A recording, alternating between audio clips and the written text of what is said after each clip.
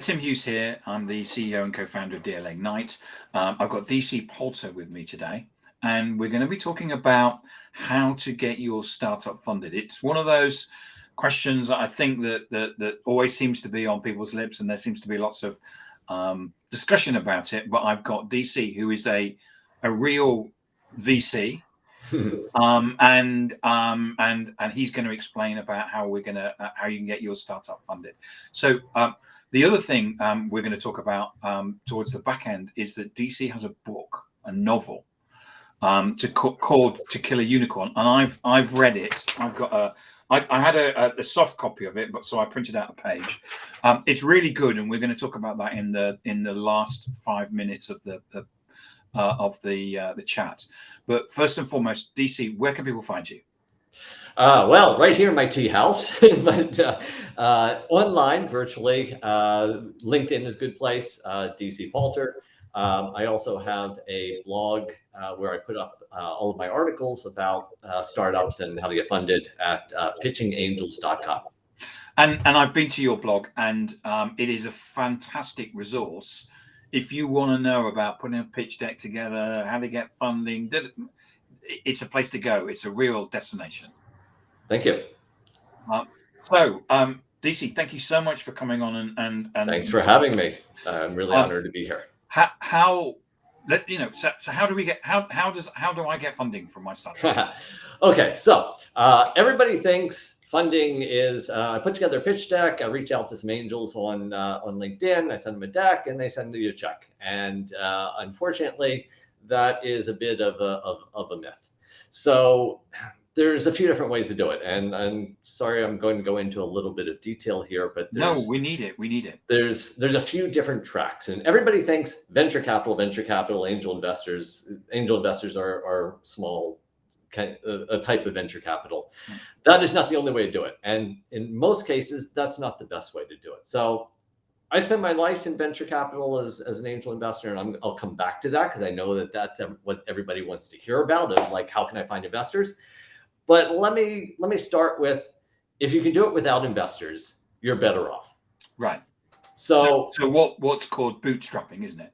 Bootstrapping is absolutely the best way to go. If you can build your startup yourself, maybe with some of your own money, maybe with some friends and family money, that's great. And it may not just be your own money. It may be that you can pre-sell your product to customers, and maybe you can get paid for consulting for customers to actually build the product that they need, because that's what everybody else needs as well.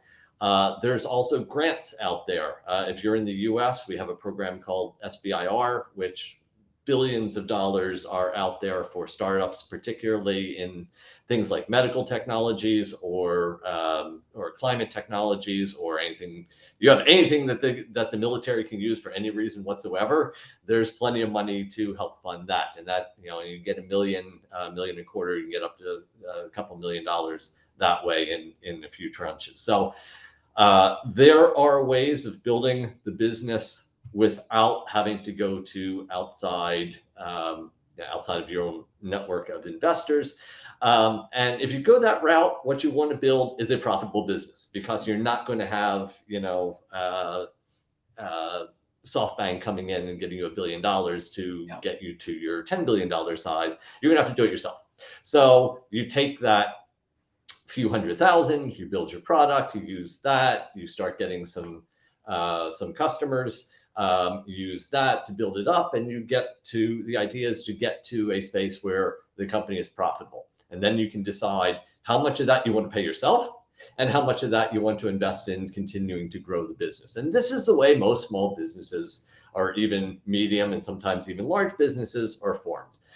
Everyone knows, let's go out and get venture capital, but that is the exception rather than the rule. And if you're doing a consulting business, as you have, Tim, that's the way to do it. If you have, and you can do it with software. The great thing about software is it does not take a lot of money to start it. So if you can do it yourself with a friend or two, and then it's a lot of work, but it ends up being your business. You make the decisions based on the long-term of what is best for you, what is best for your customers, not what is best for investors. And in the end, that means profit. So think about it this way. You build a $20 million business. That is fantastic. A good $20 million business is probably generating 20% the usual profit if you're doing reasonably well. So that's generating $4 million a year in profits. Profit. $4 million a year. Okay, so everybody in the venture space is like, $20 million, that's nothing. It's like, no, I'm taking home $4 million a year in profits. There's absolutely nothing wrong with that. And then you can decide, okay, do I want to go big and build my $1 billion unicorn, or do I want to continue to make $4 million a year and have a very nice life? So absolutely nothing wrong with that route. And if you don't need outside capital, I really recommend that way to go, because then you get to make all the decisions and you can do it for what you think makes sense. Now, let's say you have this great idea and you've built a better battery for energy storage.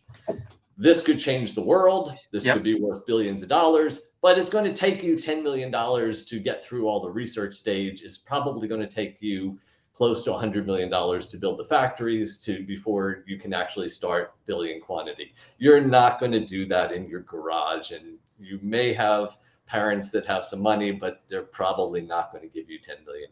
Yep. Definitely not going to give you $100 million if they're anything like my parents. So in that case, you don't have a choice. If you want to do this, and you absolutely should do this, you're going to need outside funding. And that's where the venture capital comes in, where it says, we're going to give you a small amount of money, and you're going to take it to the next stage. And then when you get to the next stage, we'll give you more money, and you can take it to the stage after that. So there's a few stages.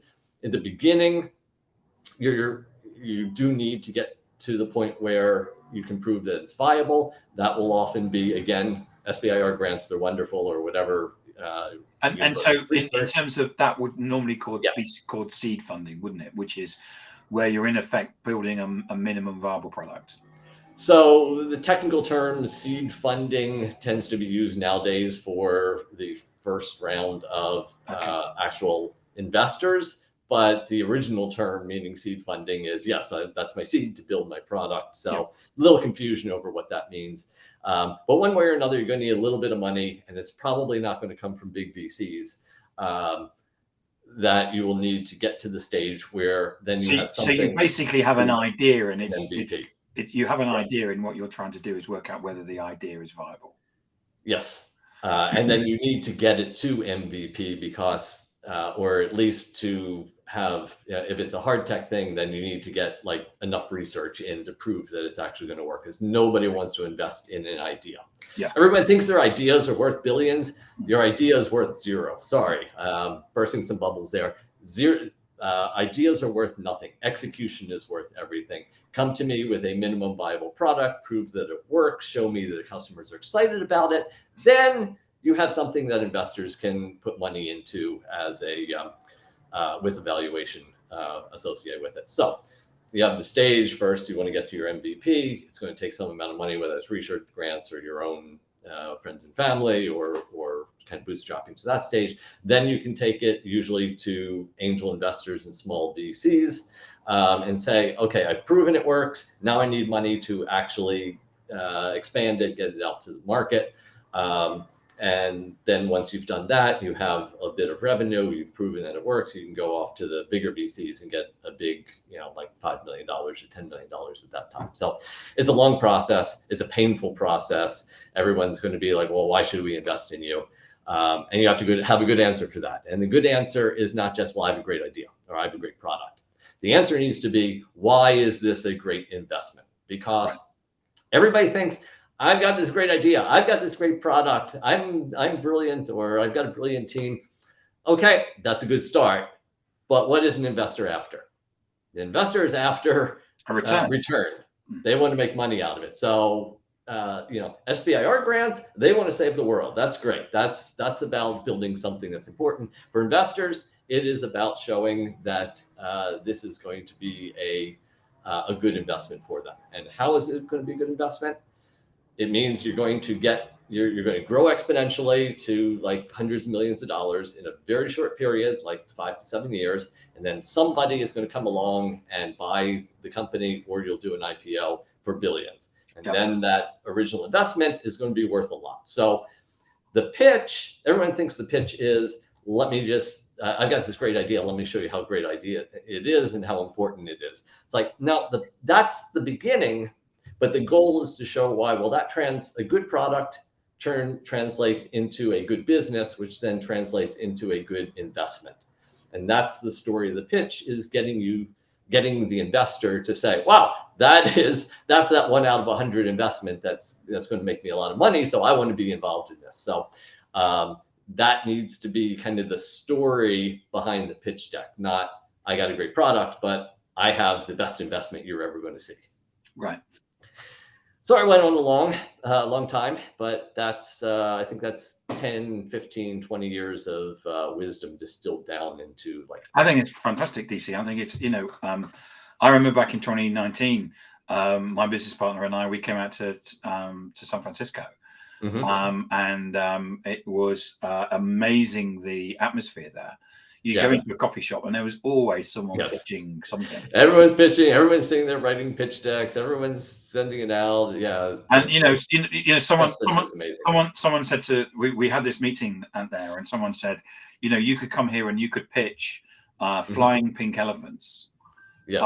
And someone would listen to you. Whereas in London, people would say, "Go away." That can never happen. Yes. Yeah. So that is the venture world. Sometimes, especially around that time, it got a bit bubbly.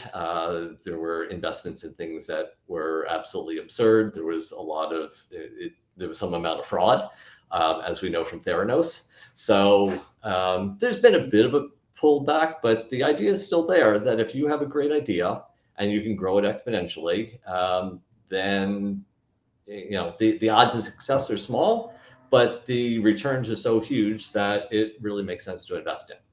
So if if I have a good idea, whatever it's called in terms of getting the early money, the first thing I'm guessing I should do is go to my friends and family. But if they don't have the funds, is that about trying to find some sort of angel investor before getting involved with the virtual with the VCs? So there's kind of an intermediate stage. Everyone thinks, well, I'll just go on LinkedIn, I'll find angel investors, but most angel investors really want to see some sort of traction beforehand. If you come to me and you say, hey, DC, I got this great idea for for a new social media or a new streaming platform, I'll be like, yeah, but I don't know anything about it. You come to me and say, I've got 50 companies already signed up to use it, I'll be like, okay, tell me more. So unless I know something about the space, just reaching out to angels is not going to get anywhere until you have traction. Then it's a lot easier to assess. So before then, there's kind of this intermediate stage of, first I'm going to do whatever I can with my own funds. And then what you got to be scrappy. It's like wherever I can get money from, I'll get money from to get me over that. Really, that's the most difficult hump of getting from kind of prototype into like actual something customers would pay for. Once you actually have customers, then it's easy to find investors. Before that, it's really tough. So it tends to be people who are already in your industry. Maybe they're customers, maybe they're suppliers, maybe they're founders who founded other startups that have succeeded, and now they're looking for other things to help out on. Maybe you're mentors, maybe you're advisors. It definitely, may be customers because they're the ones who actually need the solution, and they may be willing, not just to see that they pay to use it, but actually this is so useful that they want to be invested in it. So it's a little bit of all of the above, but it's going to be people who are already in your network. And I tell people this stage, if they're asking for a pitch deck, you're probably talking to the wrong people. If they don't get it in 1 minute, describing what you're doing and why you're doing it, and them thinking that is the greatest thing since teleportation, then they're probably the wrong people to be talking to right now. They're probably more your financial investors who are going to be looking for where is the traction, who's buying it, all the things that you'll have in the next stage, but you don't have yet. And I agree with you. I mean, I was very lucky. My business partner and I got laid off. And here in Europe, companies have to be far more generous when they lay people off. Right. And so, and I pretty much positioned myself so I would get laid off because I wanted to start my own business. So I mean, it's a way of getting funding, and I that's right, absolutely. And I really appreciate the company that laid me off, because it meant that in that first year we could do what we wanted. We had a very clear vision, and we actually turned down business from SAP because it wasn't what we wanted. And my partner said to me, I came home and said, "Oh, we just turned it down." She said, "Isn't running a business all about winning business?" I said, "No, it's all about winning the right business." Yes, absolutely. And a lot of people, there's that trade-off, right? Do you get money? You need money. You have to pay the bills. You have to eat. You have to pay the rent. So money is good. You need it. But if your long-term goal is to get to this place over here, and taking the money sends you over there, then that's probably, if you can find any other money, you probably shouldn't take that. Now it may not take you here, it might take you here. That's good. Okay. That gets you in the right direction, gets you pieces you might be able to use. That's better than one that sends you off in a different direction. So let's talk about your book, DC. I've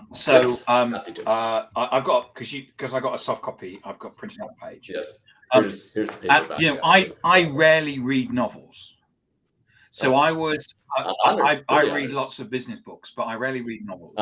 And so I approached it with intrepidation, but I really loved it. I can't.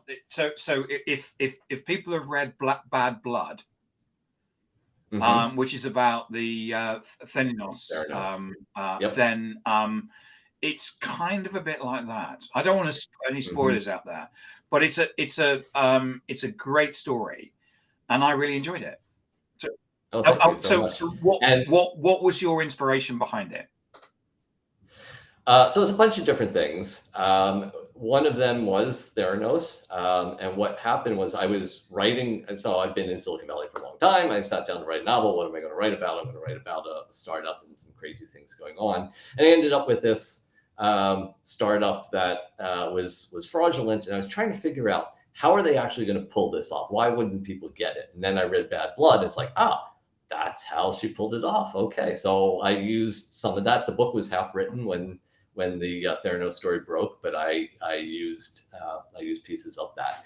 But kind of the original impetus was I do read a lot of novels, and especially like mystery or suspense novels. You see it on TV all the time, right? There's a detective or a little lady or something who needs to solve a mystery. And what do? They go to their friend, the hacker. And their hacker comes back the next day with a nice thumb drive full of all of the data they possibly need. And I'm thinking, if the hacker can get that information, why do we need the detectives? It's like, there's the story right there. So I said, what I want to do is write a story from the point of view of the hacker, and how do they get in, and what ended up making it interesting for me. So stories about hackers, people don't write them because they're boring, right? Because hacking takes days, weeks, months of sitting there, trying things, figuring out what works, what doesn't work. And that's kind of boring to read about. But what actually works most of the time is not hacking to find bugs, but actually tricking people into giving you the information you need. And my character was kind of your typical hacker, your typical coder, very similar to me, who's maybe borderline autistic, who is really good sitting in there at the computer and really bad at dealing with people. And then I thought, okay, but he actually has to get out of his room, and he spends most of his time in his room hacking or working or playing games. He lives in this world of Japantown, where if anyone notices, DC has his tea room. Yes, this is my tea house behind me, so they'll tie in the story. He lives in this very cosseted world of Japantown, where he grew up and he knows everybody. Which was kind of a takeoff on Chinatown. So in Chinatown, the movie, Chinatown means corruption. Nothing is as it seems. But in Japantown, everything is exactly as it seems. Everybody follows the rule. Everybody parks straight. Nobody litters. And this is the world he's from, but he has to get outside that to the rest of San Jose, the rest of Silicon Valley, the rest of the world, and interact with it.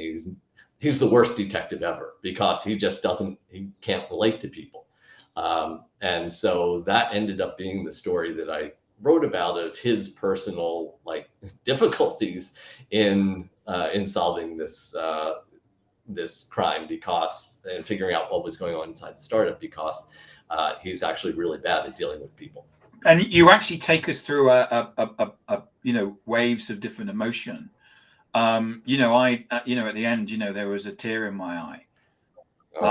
Because of what happened at the end. I mean, I was really upset for days because of that. And but that's what a novel's about. It's about taking you to an imaginary world, and taking you through those different emotions. And so I got a window into the Japanese world, which is not something that I was particularly aware of. Yeah, so the main character, as I've hinted, lives in Japantown, which is in the old part of San Jose. San Jose, most people don't know, is the center of Silicon Valley. Used to be a Japanese farming community until the internship, where everyone was sent off to camps during World War II. And then Intel moved in and made all the land way too valuable to be growing apricots and prunes on. So it's a different world now, but there's still this original Japantown, and there's still a Japanese community there. And I'm very heavily involved in the Japanese community. And so I didn't intend to start off writing a Japanese character, but that's what came out of my head, because as you can see, I'm in a tea house.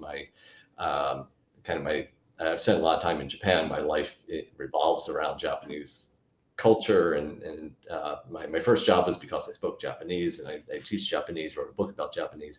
So that's what came out of the character's head. And I'm like, why is this character speaking Japanese? And I'm like, well, because he's Japanese American. So that's how that came about. And we've had a great comment that it should be made into a movie, and I totally agree. Well, I would love that. So if you know anybody who makes movies, it's all about network, DC. It is. And the strange thing is, I'm in Hollywood, right? I mean, Hollywood's a few miles away, but I'm in West LA, where everyone is in the movie industry except me, and I'm in tech, and all of my connections are with Silicon Valley, and not with anybody in the LA movie community. So I need to network more, but I'm more like my character, who's really good behind the computer and not actually real good about getting out and schmoozing, which is what Hollywood's all about. DC, thank you so much for coming on and talking. Oh, absolutely. I mean, thanks for having me. It's such an interesting way of finding money for people to start up. And I think there's so much myth out there. It's actually been really good to get it from someone like yourself that understands this. And explain it to people. So thank you for that. And the other thing is, thank you for coming and talking about your book. I really enjoyed it. Of course. Hey, I really enjoyed giving me that chance. I appreciate that. So remind people where they can get hold of you. So LinkedIn, DC Palter, or my website, pitchingangels.com, or my book website, dcpalter.com. Thank you so much for coming on, DC, and really appreciate it. And thank you for all the comments today as well. It's been great seeing the comments coming as well. Yep. Appreciate everyone who's been watching.